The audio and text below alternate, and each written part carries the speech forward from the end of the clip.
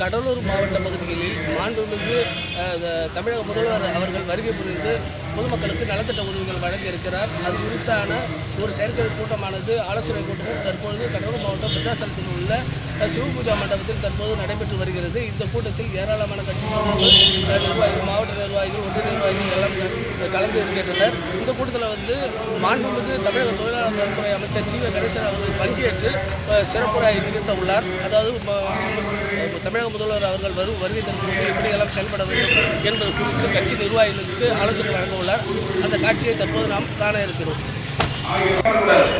பெரியார் நகர் ஆரம்பித்து கோர்ட்டு பாலம் முடிகிற வரையும் மக்கள் நிற்கணும்.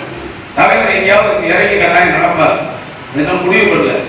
அது நடக்கிறது என்னன்னா, எங்க நீங்க ரொம்ப செழிப்பா அழகா நின்று வரவேற்கலாம் அதெல்லாம் அவரே அறிவிக்குவார். நான் ஒண்ணு இந்த இடத்துல இறங்கி நம்ம சொல்ல வேண்டியது. அவருக்கு எந்த மூடுவதா அங்கே அழைக்குவார்.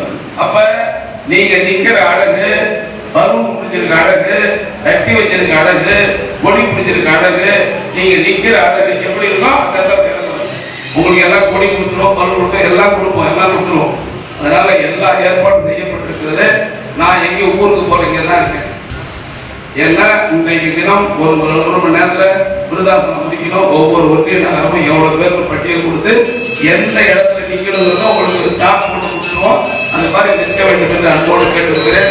நிறைய பேசுவதை விட நாம் நீங்கள் விருத்தாசலம் நகரத்தில் இருக்கக்கூடிய நிர்வாகிகள் சிறப்பாக ஒத்துழைப்பு செய்து முறைப்படுத்தணும். ஒரு கிலோமீட்டர் எந்த இடத்துல 100 பேர் இருக்கு, 200 பேர் இருக்கு, 500 பேர் இருக்கணும். குறிப்பா பாட்டியெல்லாம் அந்த ஏரியா உங்க வீடு இருக்கு, அந்த ஏரியா கூட நீங்க லிமிட் பண்ணணும். இங்க ஸ்டேட் பேங்க் இருக்குன்னா அந்த யாரு கவுன்சிலர், யாரு வார்டு செயலர் அவங்க பார்த்துக்கணும். அந்த சிலம்ப கவுண்டானா அங்க யாரு அவங்க பார்க்கணும். அந்த இது இருக்கிற பெரியார் நகர்ல யாரு இருக்கிறாங்களோ அவங்க பார்க்கணும். நீங்க தான் மெயின்டைன் பண்ணணும். ஆளுங்க வந்துருவாங்க, நிக்க வைக்கிறது, பொடி நிக்க வைக்கிறது, அவங்க ஆளுங்க கொடுக்கறது எல்லாம் பண்ணணும்.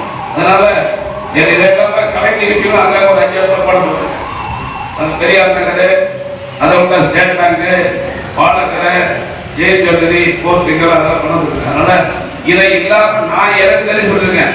சார் மாணவர் அணி, நாங்க மாணவர்களை கொண்டு வரோம், மகளிர் அணி, புடவை கட்டி இந்த மாதிரி இடத்துல அழகுபடுத்துறோம், இது கொண்டு வரோம், நெசவாளர் நாங்க வச்சு கொண்டோம். இப்படி என்னென்ன செய்யணும் நீங்க நினைக்கிறீங்களோ அதை எல்லாம் சொன்னா என்ன வண்டி வச்சு கொடுங்க, நான் கூப்பிட்டுறேன், மாணவர்களை கூப்பிட்டுறேன், படிக்கிற பொம்பளை பிள்ளைகளை கூப்பிட்டுறேன், இல்ல நெசவாளர்களை கூப்பிட்டுறேன்.